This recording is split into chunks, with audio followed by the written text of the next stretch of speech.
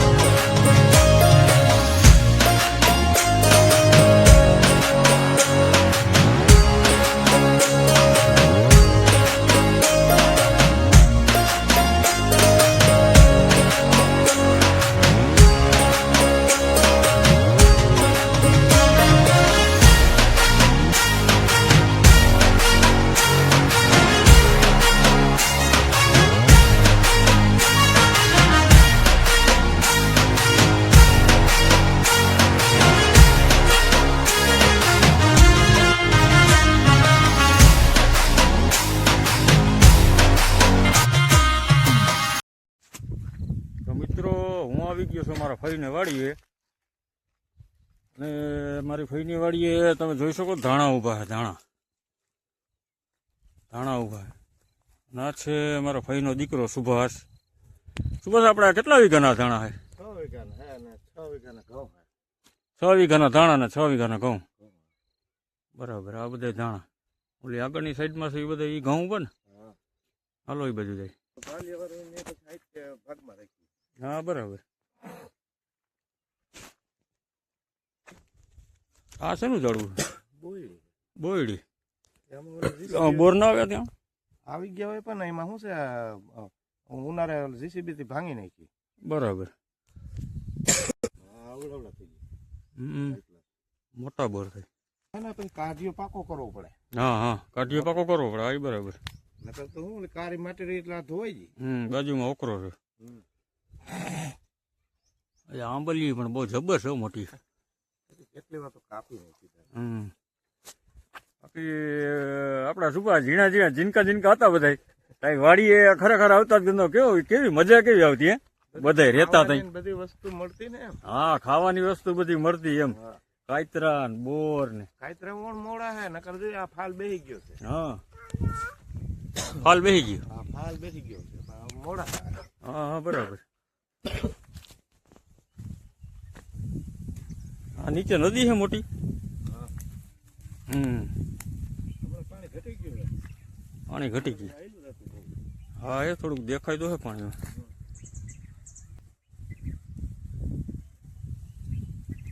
ત્રણ ચાર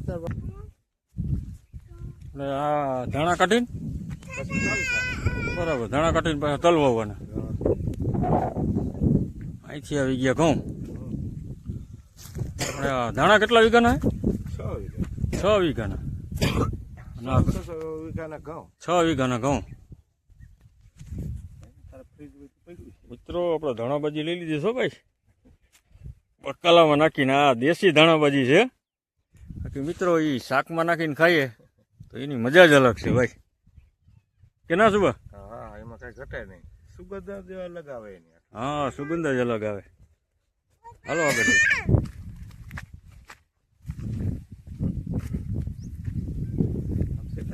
હાઈલાવો તો બેંચ લાગે. ખજૂરી બજૂરી બાકી જબર છે. આ ખજૂરી આપણે જાજી હતી, હજી અમુક જગ્યાએ રહી થોડી થોડી ક્યાંક ક્યાંક. પછી ધરાર રાખી દીધી, નકર ખેતરમાં જ છે એ. હા હા પછી મારા બાપુજી કહે કે આને કે રાખી દે, છોકરાને ખાવા થાય. હા, બરાબર છે. અને આ પછી જાણવું તો કઈ ઘડીકમાં ખાવાનું નથી. ના થાય હો. કેટલા વર્ષ થયા હા એ પછી આ ઓલા ઝીણા ઝીણા એના ઓલા ખરી ખરીને ડુંગળો થઈ ગયો. હા હા, કોઈ કાપે નહીં. ના કાપે યાદ. પછી આપણે વાડી પાસે ઘર પાસે જ મોસમ થાય ને પછી 2-4 મહિના બરાબર. કઈ ઉપાધિ ના રહી. અને હટાણું કરી લઈએ, કોઈ તેલના ડબ્બા ને બાજરાના કટ્ટા ને એવું બધું લઈને નાખીએ. હા હા, આ પછી એકાદી પીત કદાચ ના આવે, 4 મહિના તમે બેઠા બેઠા ખાઓ હા, તો એ ઉપાધિ ના રહીએ. કાયમ હળિયું નહીં કાઢવાનું. હળિયું ના કાઢવાની. આ બરાબર છે. ઓલો એક આપણે હામટો માલ ફેરો ઘરમાં નાખી દઈ હા, તો હળિયું ના કાઢવી. બરાબર જ છે ને. આપણા ઘઉં અંદાજે હજી કેટલો ટાઈમ ઉભા રહે? મહિના આસપાસ રહે. હજી 1 મહિનાના આસપાસ હા, તો પાકી જાય. હા. બરાબર. અમુક વહેલા વાવેતર છે તો હમણાં ચાલુ થઈ જાય 15-20 દીમાં. હા હા આપણે રસ્તાને કાંઠે જઈએ, સુકાઈ ગયું ડુંડિયું. હા, એ ઘણી જગ્યાએ હું જોતો આવ્યો હતો, સુકાઈ ગયું ડુંડી. હા, એ આગોતરા છે ને બધા વાવેતર, વહેલા વાવેતર. વહેલા વાવેતર. હા હા, પડી ગયા એ નુકસાન યાર. એટલે એનું કારણ શું? ઠાર લાગે. ઠાર લાગે. બરાબર. અતિશય ઠાર પડે તો નુકસાની આવે. હા હા, જીરું હે, ધાણા હે. હમ. ઘઉં ને માટે સારું. ઘઉં માટે સારું. બરાબર. ઘઉંમાં તો મિત્રો તમે જોઈ શકો છો, આ બધી મારી ફઈની વાડી છે. જોઈ શકો મિત્રો. સામે મિત્રો રહેવાના એના ખોયડા પણ છે, જોવામાં છે. પણ આગળ અત્યારે તો આગળની સાઈડમાં મકાન બનાવેલા છે. હા, તમે જુઓ ભાઈ ભાઈ, આ નારિયેલી તો જુઓ, નારિયેલ પણ છે ભાઈ જાજા. ગુંદો છે, બીજો ગુંદો. મિત્રો આ ગુંદો છે ને, આ ગુંદામાં હું ઘણી વાર ગુંદા પાડી ગયો છું અથાણું કરવા માટે. આ 2 ગુંદામાં જેવું ઉપર ચડીને મેં ગુંદાની થેલીઓ ભરેલી છે. બોલો, આ વાડીની તો મિત્રો એક મજા જ અલગ છે. આ જાજા લગભગ ટાઈમથી હું અહીંયા આવ્યો છું વાડીએ. મિત્રો જૂનું સંભાળ્યું છે, બહુ યાદ આવે.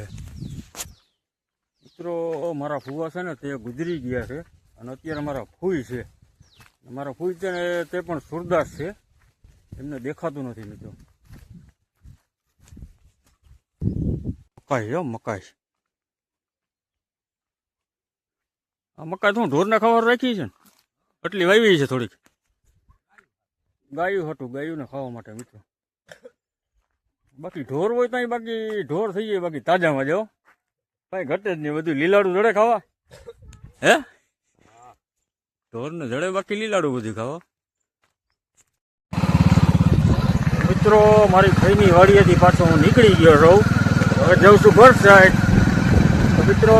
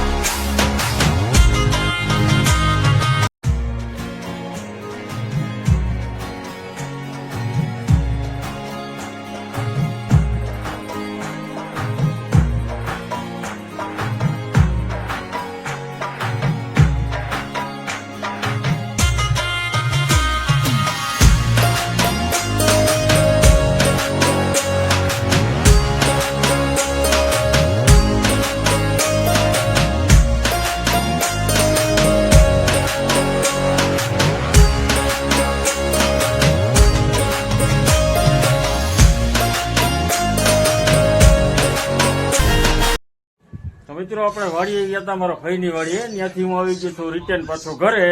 તમે જોઈ શકો છો મિત્રો.